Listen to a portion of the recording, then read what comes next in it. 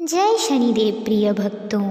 हमारे हिंदू धर्म में शनिदेव ही एकमात्र ऐसे देव हैं जिनको प्रसन्न कर लेने से आपके घर में सुख, शांति, समृद्धि सब कुछ मिलता है। भक्तों, यदि आपको बहुत अधिक धन की समस्या है, बहुत ही ज़्यादा गरीबी में अपने जीवन को व्यतीत कर रहे हैं, आप शनिदेव की पूजा तो बहुत करते हैं परंतु कोई लाभ नहीं होता, आपको बहुत ही ज़्यादा गरीबी का सामना करना पड़ रहा है और आप बहुत ज़्यादा तकलीफ़ में हैं, तो चिंता ना करें। आज हम आपको शनिदेव का एक ऐसा दिव्य और चमत्कारी मंत्र बताने जा रहे हैं जिसके मात्र 108 बार जाप या श्रवण करने से आपकी धन की समस्या जड़ से खत्म हो जाएगी और शनिदेव आपको आपकी हर शत्रुओं से रक्षा करेंगे। तो भक्तों, अगर आप भी शनिदेव के भक्त हैं तो फिर इस वीडियो को लाइक करके हमारे चैनल को सब्सक्राइब ज़रूर करिएगा। चलिए इस चमत्कारी और दिव्य मंत्र को शुरू करते हैं। मंत्र कुछ इस प्रकार है। ओम नीलांजन समाभासं रविपुत्रं यमाग्रजं छायामार्तण्ड संभूतं तं नमामि शनैश्चरम्। ओम नीलांजन समाभासं रविपुत्रं यमाग्रजं छायामार्तण्ड संभूतं तं नमामि शनैश्चरम्। ओम नीलांजन समाभासं रविपुत्रं यमाग्रजं छायामार्तण्ड संभूतं तं नमामि शनैश्चरम्। ओम नीलांजन समाभासं रविपुत्रं यमाग्रजं छायामार्तण्ड संभूतं तं नमामि शनैश्चरम्। ओम नीलांजन समाभासं रविपुत्रं यमाग्रजं छायामार्तण्ड संभूतं तं नमामि शनैश्चरम्।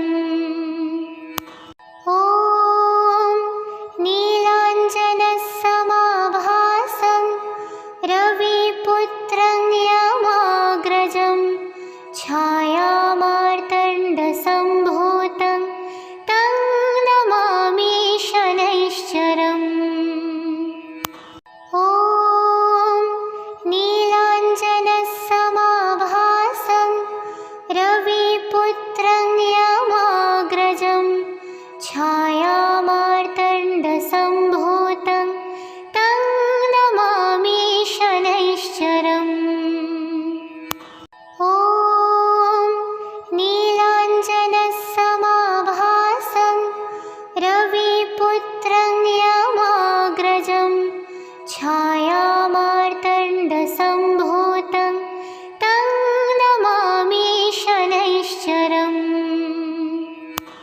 ओम नीलांजन समाभासं रविपुत्रं यमाग्रजं छायामार्तण्ड संभूतं तं नमामि शनैश्चरम्। ओम नीलांजन समाभासं रविपुत्रं यमाग्रजं छायामार्तण्ड संभूतं तं नमामि शनैश्चरम्। ओम नीलांजन समाभासं रविपुत्रं यमाग्रजं छायामार्तण्ड संभूतं तं नमामि शनैश्चरम्। ओम नीलांजन समाभासं रविपुत्रं यमाग्रजं छायामार्तण्ड संभूतं तं नमामि शनैश्चरम्।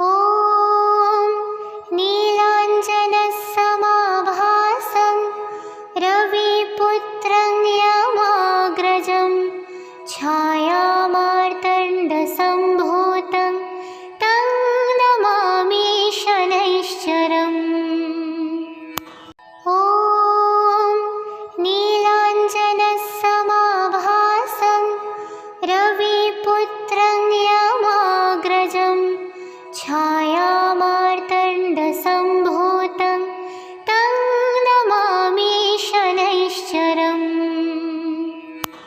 ॐ नीलाञ्जनसमाभासं रविपुत्रं यमाग्रजं छायामार्तण्डसम्भूतं तं नमामि शनैश्चरम्। ॐ नीलाञ्जनसमाभासं रविपुत्रं यमाग्रजं छायामार्तण्डसम्भूतं तं नमामि शनैश्चरम्। ॐ नीलाञ्जनसमाभासं रविपुत्रं यमाग्रजं छायामार्तण्डसम्भूतं तं नमामि शनैश्चरम्। ॐ नीलाञ्जनसमाभासं रविपुत्रं यमाग्रजं छायामार्तण्डसम्भूतं तं नमामि शनैश्चरम्।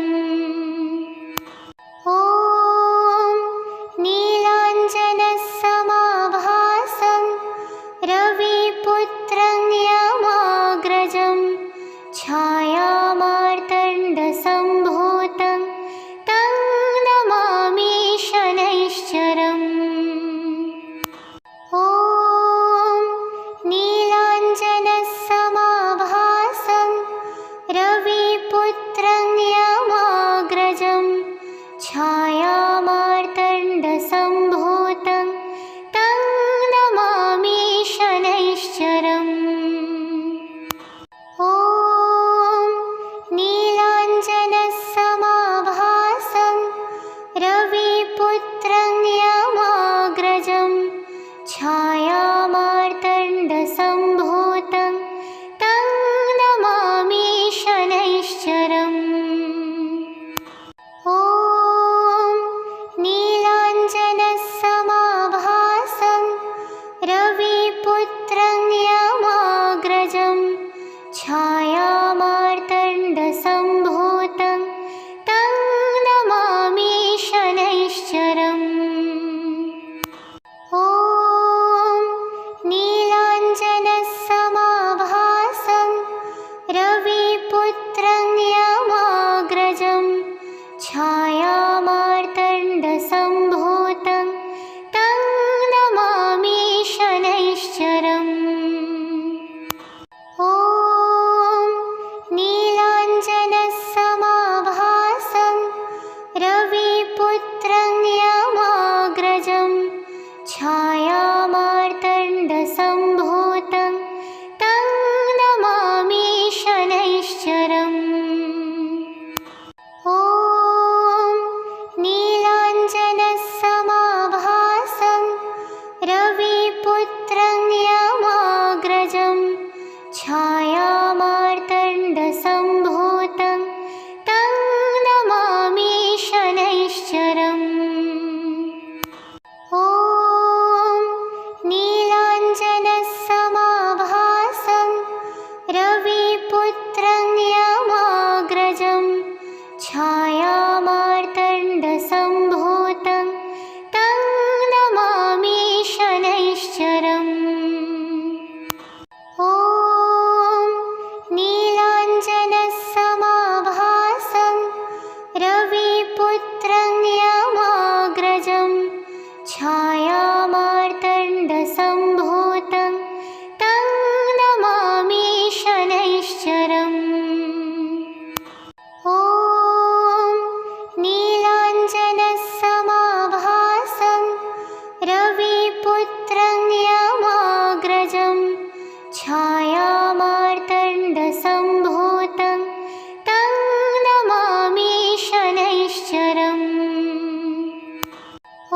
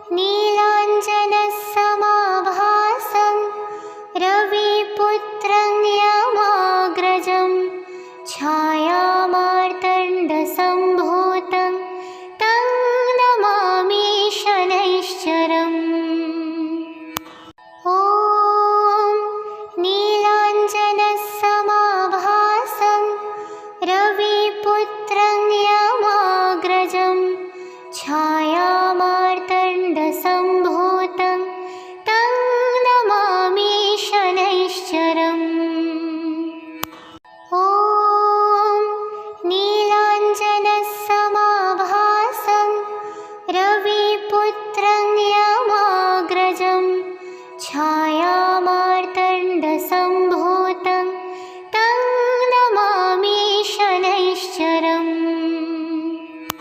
ॐ नीलाञ्जनसमाभासं रविपुत्रं यमाग्रजं छायामार्तण्डसम्भूतं तं नमामि शनैश्चरम्।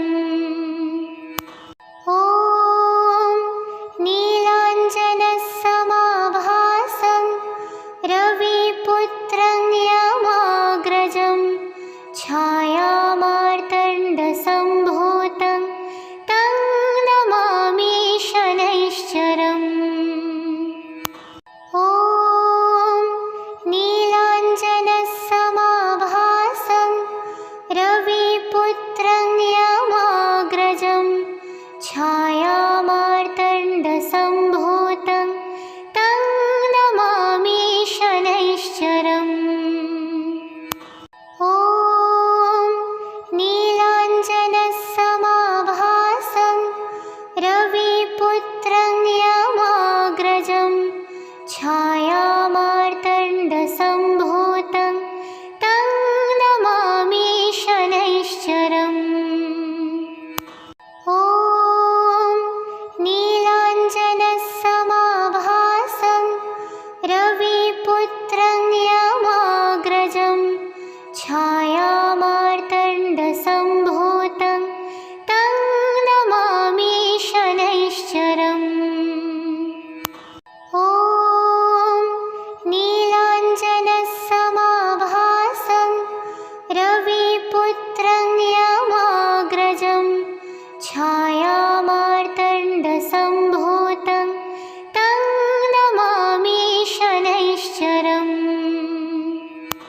ॐ नीलाञ्जनसमाभासं रविपुत्रं यमाग्रजं छायामार्तण्डसम्भूतं तं नमामि शनैश्चरम्। ॐ नीलाञ्जनसमाभासं रविपुत्रं यमाग्रजं छायामार्तण्डसम्भूतं तं नमामि शनैश्चरम्। ॐ नीलाञ्जनसमाभासं रविपुत्रं यमाग्रजं छायामार्तण्डसम्भूतं तं नमामि शनैश्चरम्।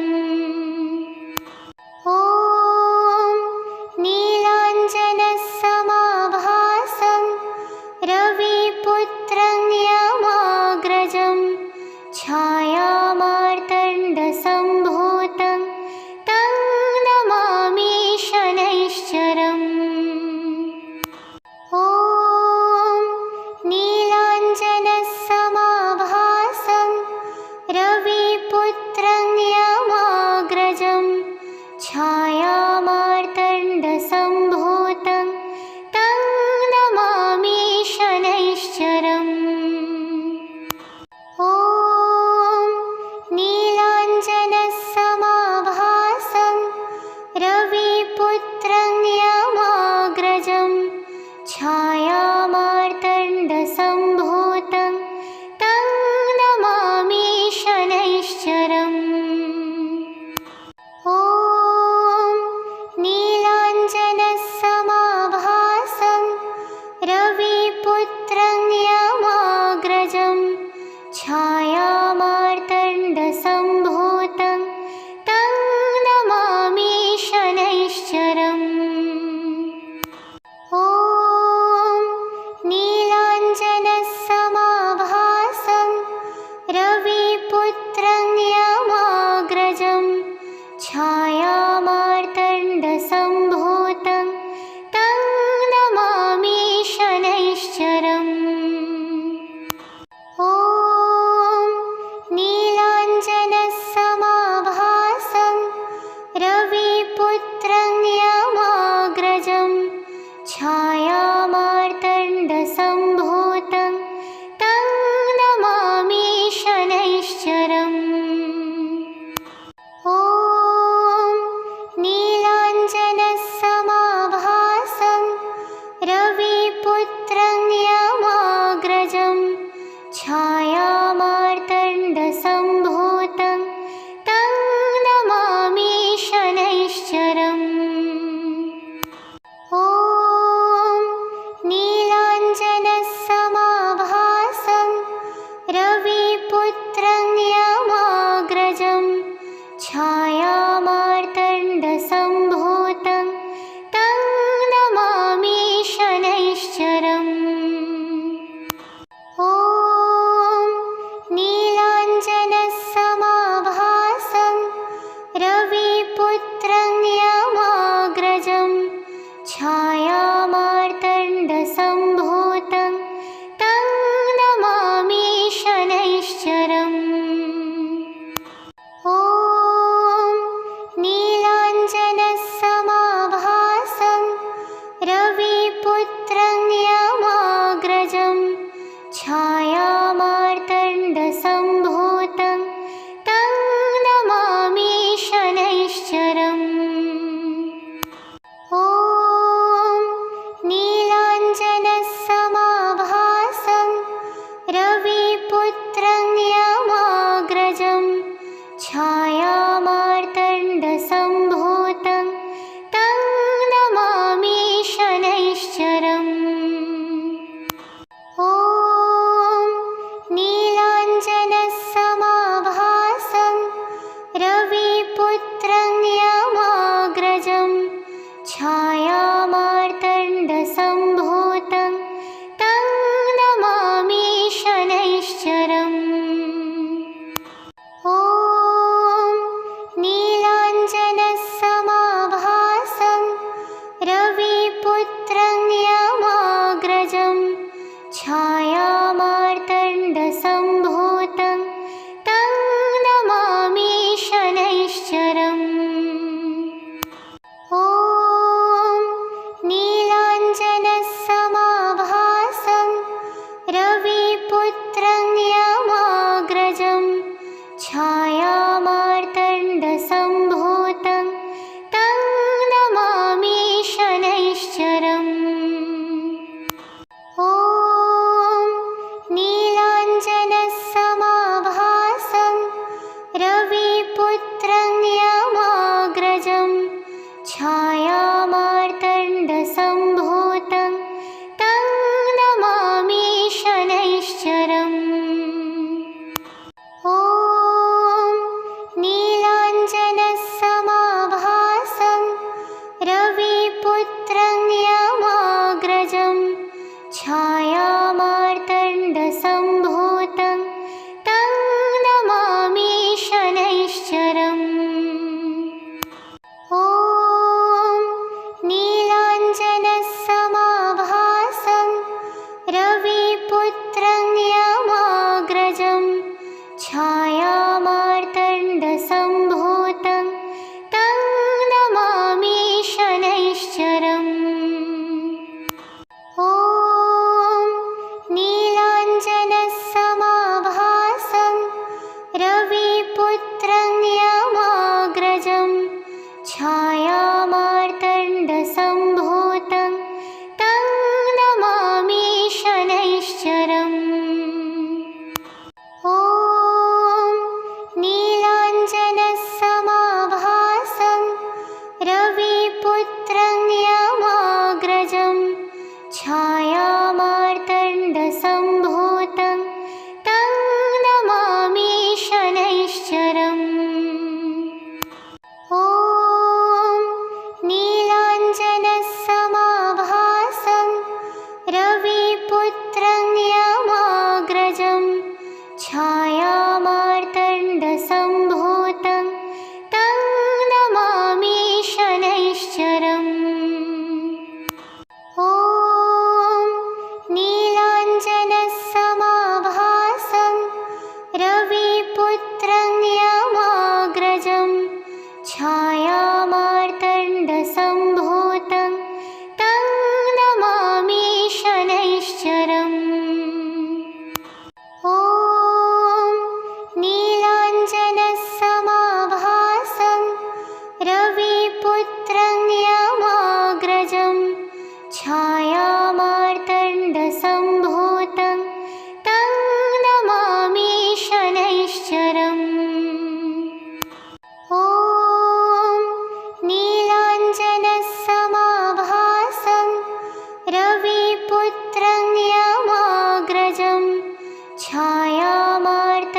मार्तण्डसम्भूतं तं नमामि शनैश्चरम्।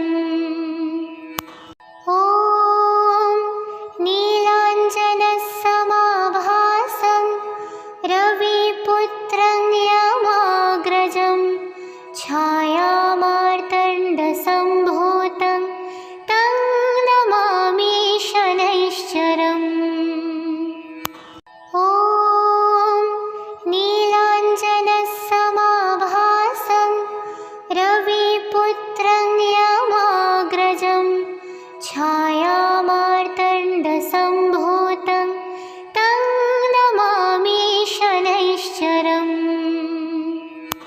ॐ नीलाञ्जनसमाभासं रविपुत्रं यमाग्रजं छायामार्तण्डसम्भूतं तं नमामि शनैश्चरम्।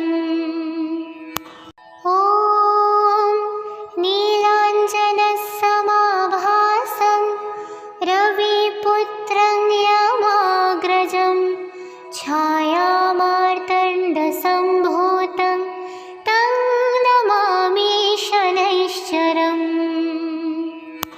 ॐ नीलाञ्जनसमाभासं रविपुत्रं यमाग्रजं छायामार्तण्डसम्भूतं तं नमामि शनैश्चरम्। ॐ नीलाञ्जनसमाभासं रविपुत्रं यमाग्रजं छायामार्तण्डसम्भूतं तं नमामि शनैश्चरम्। ॐ नीलाञ्जनसमाभासं रविपुत्रं यमाग्रजं छायामार्तण्डसम्भूतं तं नमामि शनैश्चरम्। ॐ नीलाञ्जनसमाभासं रविपुत्रं यमाग्रजं छायामार्तण्डसम्भूतं तं नमामि शनैश्चरम्। ॐ नीलाञ्जनसमाभासं रविपुत्रं यमाग्रजं छायामार्तण्डसम्भूतं तं नमामि शनैश्चरम्।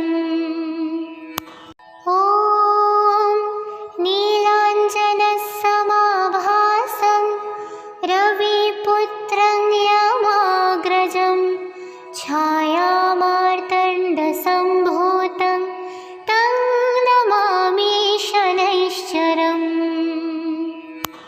ॐ नीलाञ्जनसमाभासं रविपुत्रं यमाग्रजं छायामार्तण्डसम्भूतं तं नमामि शनैश्चरम्। ॐ नीलाञ्जनसमाभासं रविपुत्रं यमाग्रजं छायामार्तण्डसम्भूतं तं नमामि शनैश्चरम्।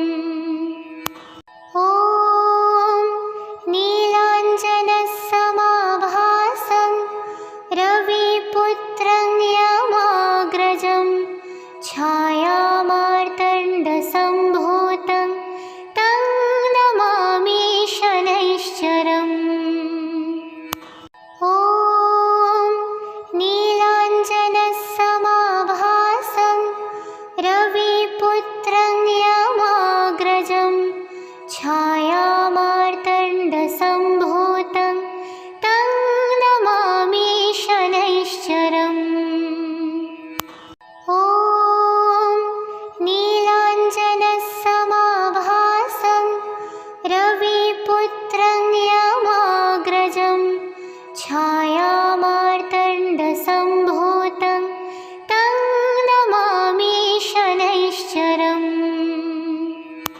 ॐ नीलाञ्जनसमाभासं रविपुत्रं यमाग्रजं छायामार्तण्डसम्भूतं तं नमामि शनैश्चरम्। ॐ नीलाञ्जनसमाभासं रविपुत्रं यमाग्रजं छायामार्तण्डसम्भूतं तं नमामि शनैश्चरम्। ॐ नीलाञ्जनसमाभासं रविपुत्रं यमाग्रजं छायामार्तण्डसम्भूतं तं नमामि शनैश्चरम्। ॐ नीलाञ्जनसमाभासं रविपुत्रं यमाग्रजं छायामार्तण्डसम्भूतं तं नमामि शनैश्चरम्। ॐ नीलाञ्जनसमाभासं रविपुत्रं यमाग्रजं छायामार्तण्डसम्भूतं तं नमामि शनैश्चरम्। ॐ नीलाञ्जनसमाभासं रविपुत्रं यमाग्रजं छायामार्तण्डसम्भूतं तं नमामि शनैश्चरम्। ॐ नीलाञ्जनसमाभासं रविपुत्रं यमाग्रजं छायामार्तण्डसम्भूतं तं नमामि शनैश्चरम्। ॐ नीलाञ्जनसमाभासं रविपुत्रं यमाग्रजं छायामार्तण्डसम्भूतं तं नमामि शनैश्चरम्। ॐ नीलाञ्जनसमाभासं रविपुत्रं यमाग्रजं छायामार्तण्डसम्भूतं तं नमामि शनैश्चरम्।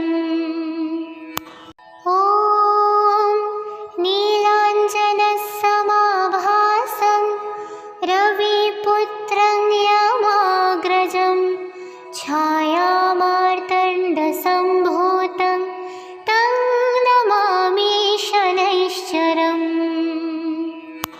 ॐ नीलाञ्जनसमाभासं रविपुत्रं यमाग्रजं छायामार्तण्डसम्भूतं तं नमामि शनैश्चरम्। ॐ नीलाञ्जनसमाभासं रविपुत्रं यमाग्रजं छायामार्तण्डसम्भूतं तं नमामि शनैश्चरम्। ॐ नीलाञ्जनसमाभासं रविपुत्रं यमाग्रजं छायामार्तण्डसम्भूतं तं नमामि शनैश्चरम्। ॐ नीलाञ्जनसमाभासं रविपुत्रं यमाग्रजं छायामार्तण्डसम्भूतं तं नमामि शनैश्चरम्। ॐ नीलाञ्जनसमाभासं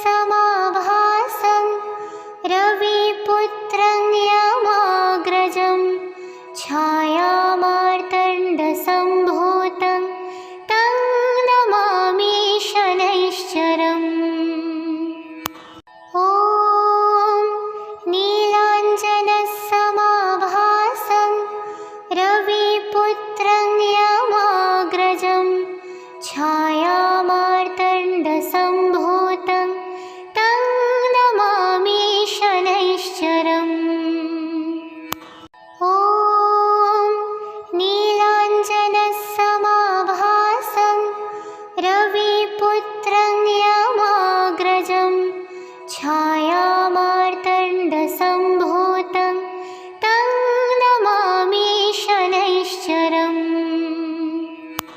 ॐ नीलाञ्जनसमाभासं रविपुत्रं यमाग्रजं छायामार्तण्डसम्भूतं तं नमामि शनैश्चरम्।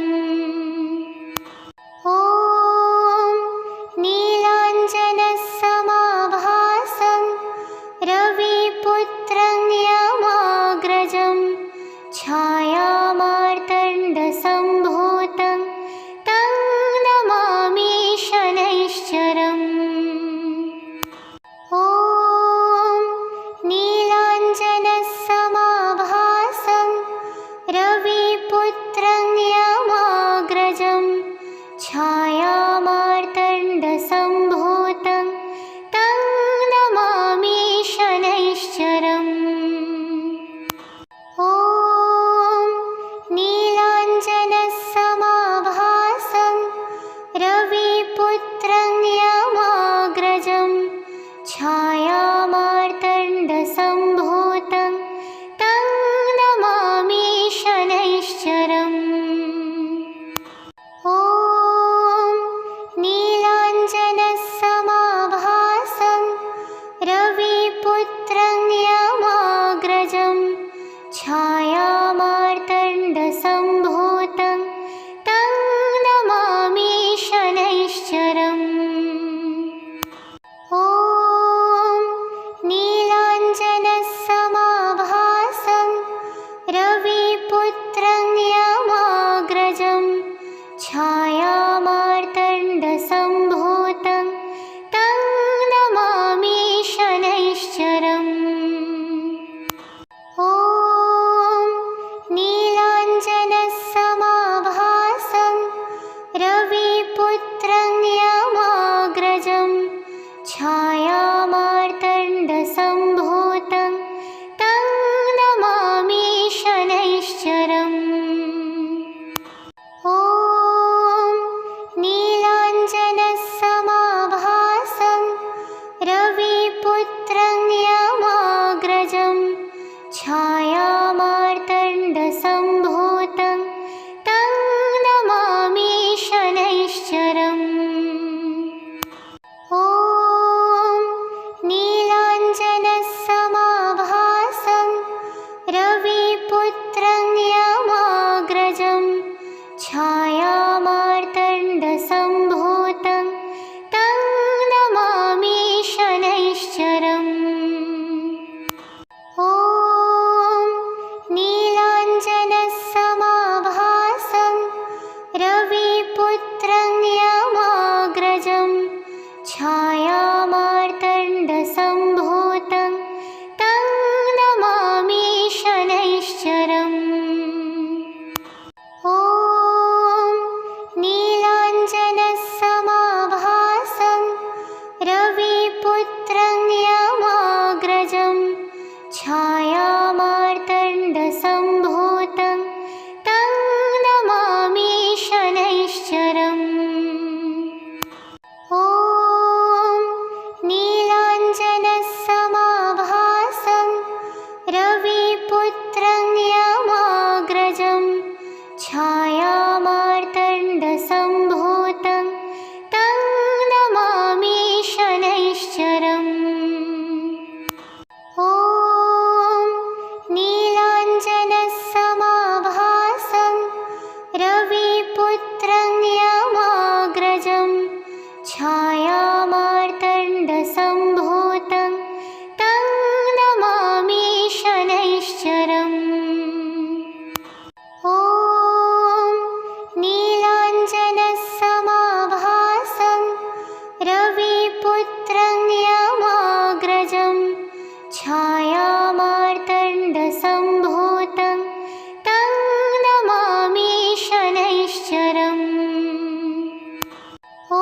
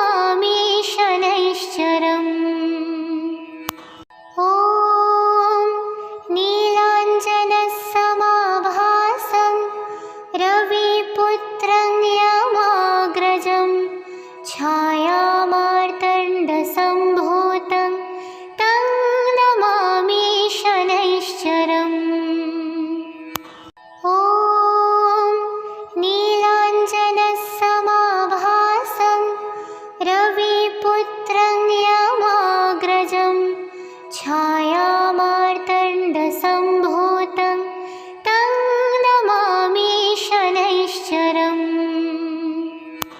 ॐ नीलाञ्जनसमाभासं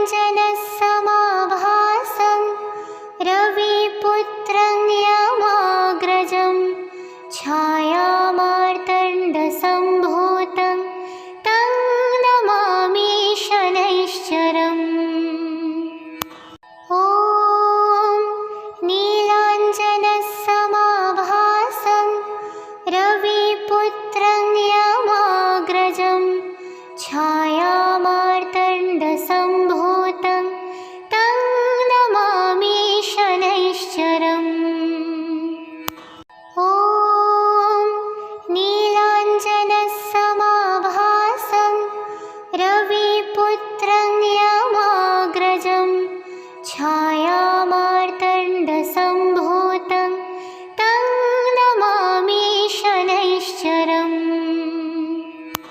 ॐ नीलाञ्जनसमाभासं रविपुत्रं यमाग्रजं छायामार्तण्डसम्भूतं तं नमामि शनैश्चरम्। ॐ नीलाञ्जनसमाभासं रविपुत्रं यमाग्रजं छायामार्तण्डसम्भूतं तं नमामि शनैश्चरम्। ॐ नीलाञ्जनसमाभासं रविपुत्रं यमाग्रजं छायामार्तण्डसम्भूतं तं नमामि शनैश्चरम्। ॐ नीलाञ्जनसमाभासं रविपुत्रं यमाग्रजं छायामार्तण्डसम्भूतं तं नमामि शनैश्चरम्। ॐ नीलाञ्जनसमाभासं रविपुत्रं यमाग्रजं छायामार्तण्डसम्भूतं तं नमामि शनैश्चरम्। ॐ नीलाञ्जनसमाभासं रविपुत्रं यमाग्रजं छायामार्तण्डसम्भूतं तं नमामि शनैश्चरम्। ॐ नीलाञ्जनसमाभासं रविपुत्रं यमाग्रजं छायामार्तण्डसम्भूतं तं नमामि शनैश्चरम्। ॐ नीलाञ्जनसमाभासं रविपुत्रं यमाग्रजं छायामार्तण्डसम्भूतं तं नमामि शनैश्चरम्। ॐ नीलाञ्जनसमाभासं रविपुत्रं यमाग्रजं छायामार्तण्डसम्भूतं तं नमामि शनैश्चरम्। ॐ नीलाञ्जनसमाभासं रविपुत्रं यमाग्रजं छायामार्तण्डसम्भूतं तं नमामि शनैश्चरम्। ॐ नीलाञ्जनसमाभासं रविपुत्रं यमाग्रजं छायामार्तण्डसम्भूतं तं नमामि शनैश्चरम्। ॐ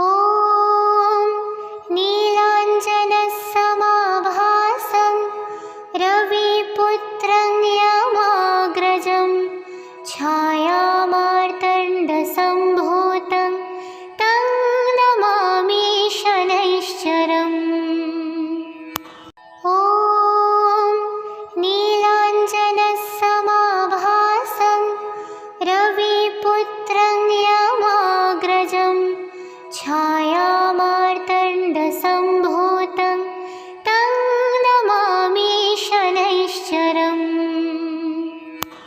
ॐ नीलाञ्जनसमाभासं रविपुत्रं यमाग्रजं छायामार्तण्डसम्भूतं तं नमामि शनैश्चरम्। ॐ नीलाञ्जनसमाभासं रविपुत्रं यमाग्रजं छायामार्तण्डसम्भूतं तं नमामि शनैश्चरम्।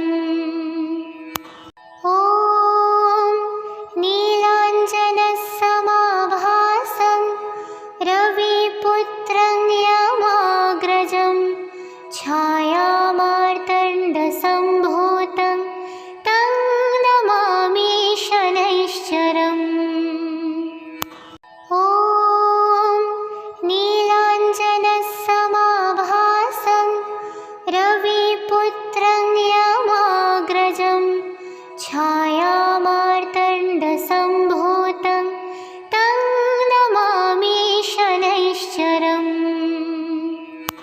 ॐ नीलाञ्जनसमाभासं रविपुत्रं यमाग्रजं छायामार्तण्डसम्भूतं तं नमामि शनैश्चरम्।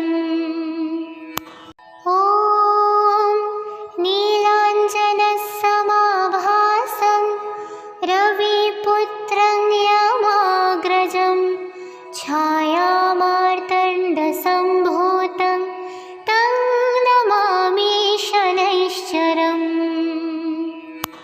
ॐ नीलाञ्जनसमाभासं रविपुत्रं यमाग्रजं छायामार्तण्डसम्भूतं तं नमामि शनैश्चरम्।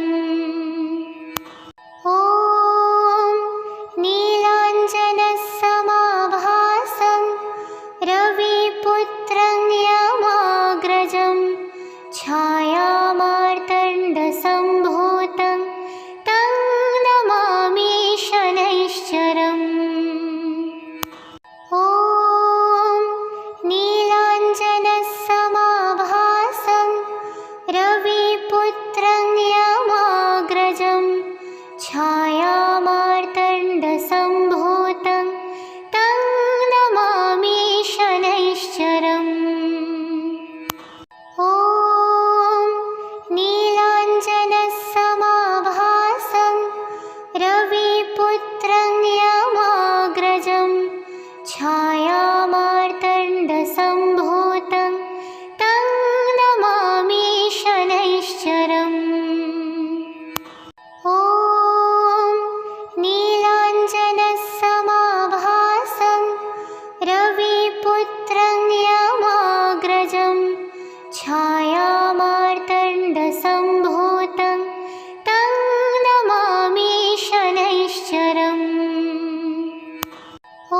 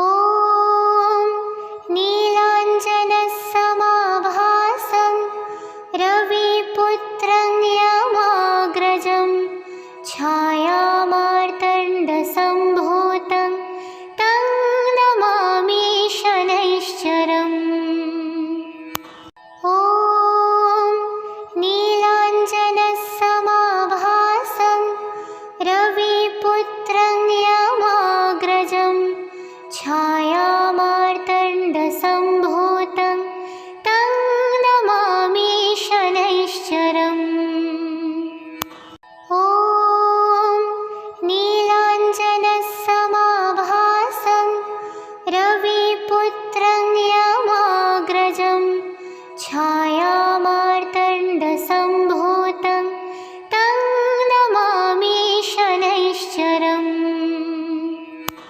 ॐ नीलाञ्जनसमाभासं रविपुत्रं यमाग्रजं छायामार्तण्डसम्भूतं तं नमामि शनैश्चरम्। ॐ नीलाञ्जनसमाभासं रविपुत्रं यमाग्रजं छायामार्तण्डसम्भूतं तं नमामि शनैश्चरम्। ॐ नीलाञ्जनसमाभासं रविपुत्रं यमाग्रजं छायामार्तण्डसम्भूतं तं नमामि शनैश्चरम्। ॐ नीलाञ्जनसमाभासं रविपुत्रं यमाग्रजं छायामार्तण्डसम्भूतं तं नमामि शनैश्चरम्। ॐ नीलाञ्जनसमाभासं रविपुत्रं यमाग्रजं छायामार्तण्डसम्भूतं तं नमामि शनैश्चरम्। ॐ नीलाञ्जनसमाभासं रविपुत्रं यमाग्रजं छायामार्तण्डसम्भूतं तं नमामि शनैश्चरम्। ॐ नीलाञ्जनसमाभासं रविपुत्रं यमाग्रजं छायामार्तण्डसम्भूतं तं नमामि शनैश्चरम्। ॐ नीलाञ्जनसमाभासं रविपुत्रं यमाग्रजं छायामार्तण्डसम्भूतं तं नमामि शनैश्चरम्।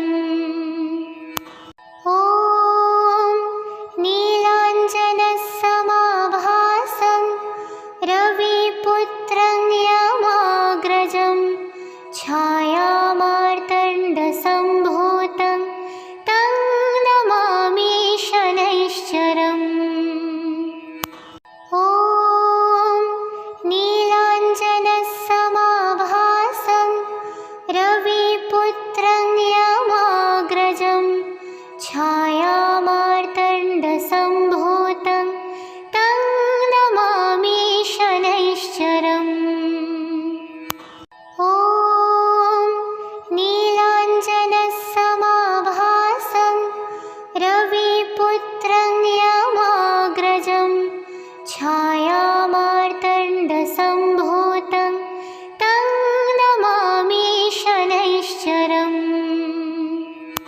ॐ नीलाञ्जनसमाभासं रविपुत्रं यमाग्रजं छायामार्तण्डसम्भूतं तं नमामि शनैश्चरम्।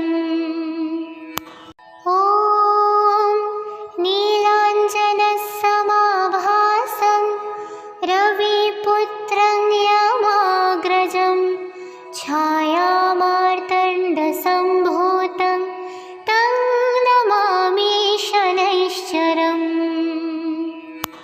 ॐ नीलाञ्जनसमाभासं